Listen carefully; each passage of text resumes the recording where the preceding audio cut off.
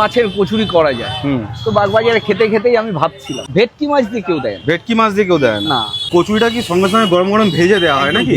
দেওয়া হয়, মানে পকোড়ায় তোমার কোনো কোটিং দেখতে পাচ্ছি না, একদম পুরো সলিড চিকেনই দেখা যাচ্ছে একদম। আর রেগুলার আমার দোকানে তেল চেঞ্জ হয়। আলু সোয়াবিনের তরকারি করেছি, প্রত্যেকদিন আলুর চেঞ্জ দম, হয়। কোনোদিন চানা মশলা, কোনোদিন ঘুগনি, কোনোদিন সোয়াবিন। এত বড় এরকম বড় বড় সাইজের তো একদম। এটা কি ভেটকি মাছই আছে? ভেটকি মাছ। তো আজকে আছি হাওড়া সালকিয়া চৌরাস্তা থেকে জাস্ট একটু ভেতরের দিকে ঢুকলেই অরবিন্দ মল আছে। অরবিন্দ মলের একদম সামনেই হচ্ছে দাদা এখানে ভেটকি মাছের কচুরি, তারপর নানা রকমের চপ আছে। কি কি পাওয়া যাচ্ছে না যাচ্ছে সব কিছু জিজ্ঞাসা করে নিচ্ছি দাদার থেকে। তো চলো ভেতরে যাই, গিয়ে জিজ্ঞাসা করে নিচ্ছি। আচ্ছা দাদা, কি নাম তোমার? আমার নাম সঞ্জয় পাল। সঞ্জয় পাল। বলছি মোটামুটি এখানে কতদিন হলো দোকানটা? দাদা খুলেছিলাম তো 2-2.5 বছর হয়েছে। প্রথমে রোল চাউমিন এগুলো বেচতাম। তো রোল চাউমিন তো পাড়ার মোড়ে মোড়ে দোকানে দোকানে চারদিকে ভরে গেছে একদম। তো আমি একটা নতুন থিংস ভাবলাম, একটা মাছের কচুরি করা যায়। তো বাগবাজারে খেতে খেতেই আমি ভাবছিলাম যে আমাদের ওখানে শুরু করলে, যেহেতু আমি এই লাইনে রয়েছি, তো আমি ভাবলাম যে সালকিয়ার বুকে যদি মাছের কচুরিটা তৈরি করা যায়। অনেক চেষ্টা করে মানে মাছের কচুরি তো ন্যাচারালি আমাদের হাওড়াতে সেরকম পাওয়া যেত না না। না না না লোক ওই বাগবাজার দৌড়াতো, বাগবাজারের নাম আছে। বাগবাজার আছে, কিন্তু ভেটকি মাছ দিয়ে কেউ দেয় না। ভেটকি মাছ দিয়ে কেউ দেয় না। তো মানে তোমার যে কচুরিটা ওটা ভেটকি মাছের হয়? ভেটকি মাছ। বাহ।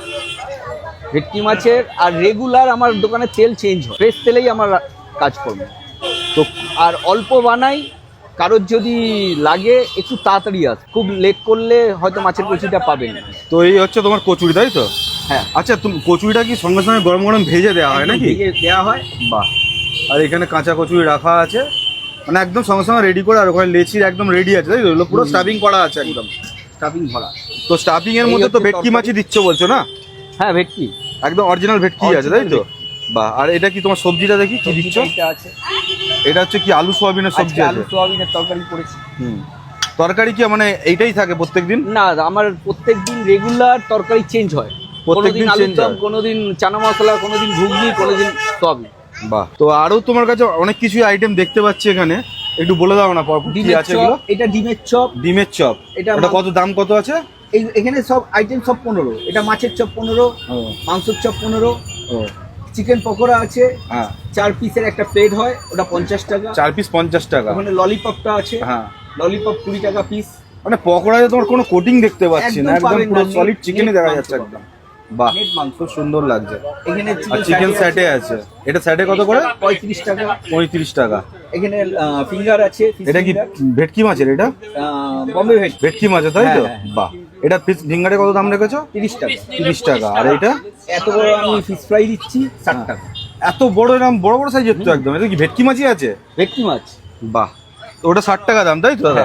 আচ্ছা দাদা, তুমি যে মনে করো সবজিটা দিচ্ছ, মানুষের খেতে খেতে যদি লাগে দেয়া হয় তো সবজি না একবারই দেওয়া হয়? এবার দেখুন না, একটা 3টে কচুরি খেতে আমি লিমিটেড কচুরি তরকারি দিই, তারপরেও কারোর যদি লাগে আমি দিই। কচুরির দাম কত করে রেখেছো? কচুরির দাম 3 পিসের একটা প্লেট হয়। 3 পিসের প্লেটের দাম 30 টাকা। 3 পিসের দাম 30 টাকা, তাই তো? 30 টাকা। মানে 2 পিস কেউ যদি চায় তখন 25 টাকা। 2 পিস নিলে 25 টাকা, তাই তো? মানে 2 পিসও পাওয়া যাবে? হ্যাঁ, পাওয়া যাবে না কেন, 1 পিসও পাওয়া যাবে। ঠিক আছে।